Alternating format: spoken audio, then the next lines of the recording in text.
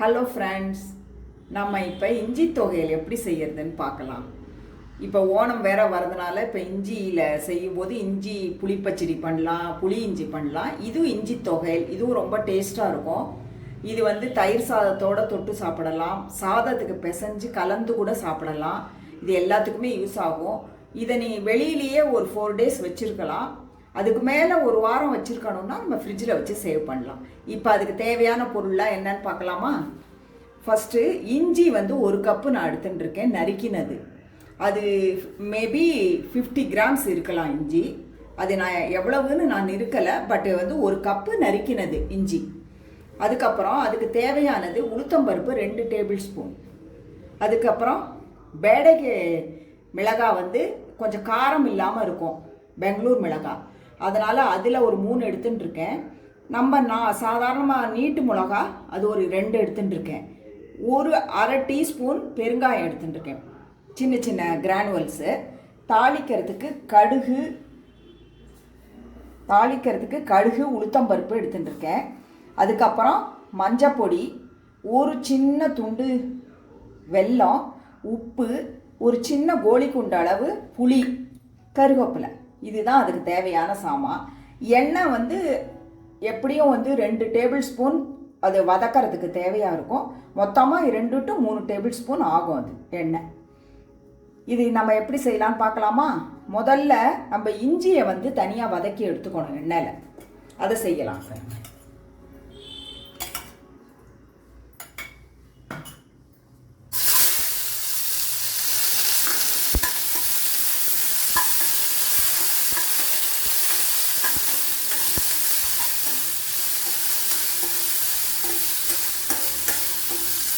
அதோடையே நம்ம கொஞ்சம் கருவேப்பிலையும் போட்டுக்கலாம்.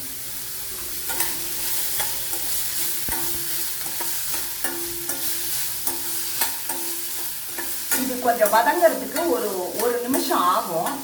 இது வதங்கின அப்புறம் நம்ம வந்து உளுத்தம்பருப்பையும் மிளகாவத்தலையும் வதக்கி எடுத்துக்கணும். அதுக்கப்புறம் இது எல்லாத்தையும் நம்ம மிக்சியில் நல்லா வழுதாக அரைச்சிட்டு அதுக்கப்புறம் கடுகு தாளித்து நம்ம வதக்கி வச்சுக்கிட்டோன்னா நம்ம 10 நாள் வரையும் கூட அது கெட்டு போகாத நல்ல வாசனையாக இருக்கும். நம்ம திருப்பவும் இதை அரைச்சிட்டு வதக்க போகிறோங்கிறதுனால அப்படி ரொம்ப வதக்கணுங்கிற அவசியம் இல்லை. இருந்தாலும் கொஞ்சம் இந்த இஞ்சியோட பச்சை வாசனை போகிற வரையும் வதக்கினா போதும். இது நல்ல ஜீரணத்துக்கு ரொம்ப நல்லது. எல்லாத்துக்குமே தொட்டுக்கிறதுக்கு, இட்லி, தோசை எல்லாத்துக்குமே தொட்டுக்கலாம். இப்போ அடுத்தது 2 டீஸ்பூன் எண்ணெய் விட்டுக்கிறேன். உளுத்தம்பருப்பு வதக்கி எடுத்துக்கிறதுக்கு. மிளகாவத்தலை போட்டிருக்கேன். அடுத்தது பெருங்காயம், அடுத்தது உளுத்தம்பருப்பு. எல்லாமே ஒன்றா போட்டு வதக்கிடலாம். இதை கொஞ்சம் கைவிடாமல் தான் கலரி ஆகணும், ஏன்னா இது வந்து செவந்து போயிடும் விட்டுட்டா.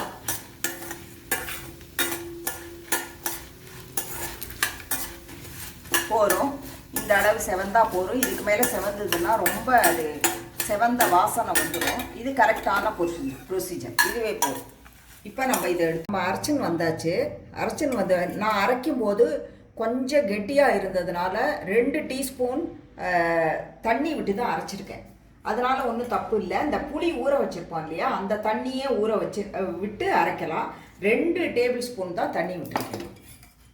இப்போ நம்ம ஒரு 4 டீஸ்பூன் எண்ணெய் விடணும், நல்லெண்ணெய். அதில் கடுகு, உளுத்தம்பருப்பு, கருவேப்பிலை போட்டுருணும்.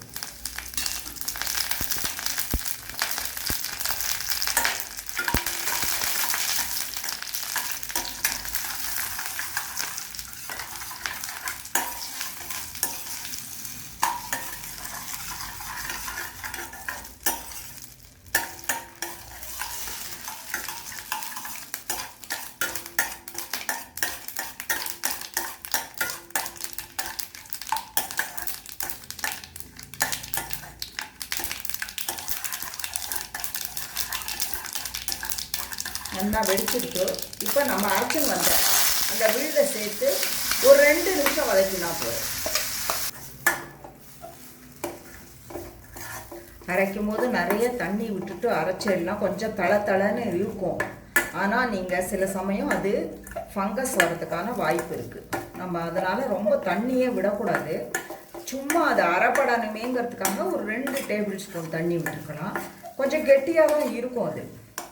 அப்படி இருந்தால் தான் உங்களுக்கு வந்து ஒரு வாரம் வச்சுட்டா கூட அது கெட்டு போகாமல் இருக்கும். கொஞ்சம் எண்ணெயும் மேலிட இருக்கணும். இன்னும் 2 டேபிள் ஸ்பூன் நான் எண்ணெய் விடுறேன்.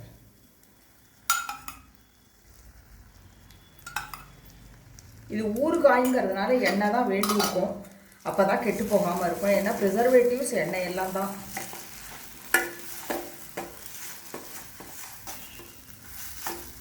நல்லா ஒட்டாமல் வந்துடுத்து. நம்ம எண்ணெய் விட்டுருக்கோம் வேறு. இது வந்து நம்ம முதல்லையே எல்லாமே வறுத்துட்டதுனால இதில் பச்சை வாசனைன்னு ஒன்றும் இருக்க போகிறது இல்லை. இந்த புளியோட பச்சை வாசனை போகிறதுக்காகத்தான். ஏன்னா புளி தான் நம்ம பச்சையாக வச்சு அரைச்சிருக்கோம். அதுக்காகத்தான் இந்த 1 நிமிஷம் நம்ம கலரணும். இல்லைன்னா இது கூட கலர தேவையில்லை. கொஞ்சம் கலர் சேஞ்ச் ஆகும். நீங்கள் அதை பார்த்தாலே தெரியும். நான் அரைச்ச போது போட்டதுக்கும் இப்போ இருக்கிறதுக்கும் கொஞ்சம் கலர் சேஞ்ச் ஆகிருக்கு பாருங்க. இந்த எல்லோ கலர்லேருந்து கொஞ்சம் ப்ரௌனிஷாக ஆகும். அதுதான் இதுக்கு பதம். போகிறோம். இதுவே நமக்கு வந்து ஒரு வாரம் வச்சுக்கலாம். நல்ல ப்ரௌன் கலர் வந்துடுத்து. இதுக்கு மேலே வச்சோன்னா நம்ம அடி பிடிக்கும். அதனால் கரெக்டான பதம் இது வந்தாச்சு. இஞ்சி துவையல் ரெடி.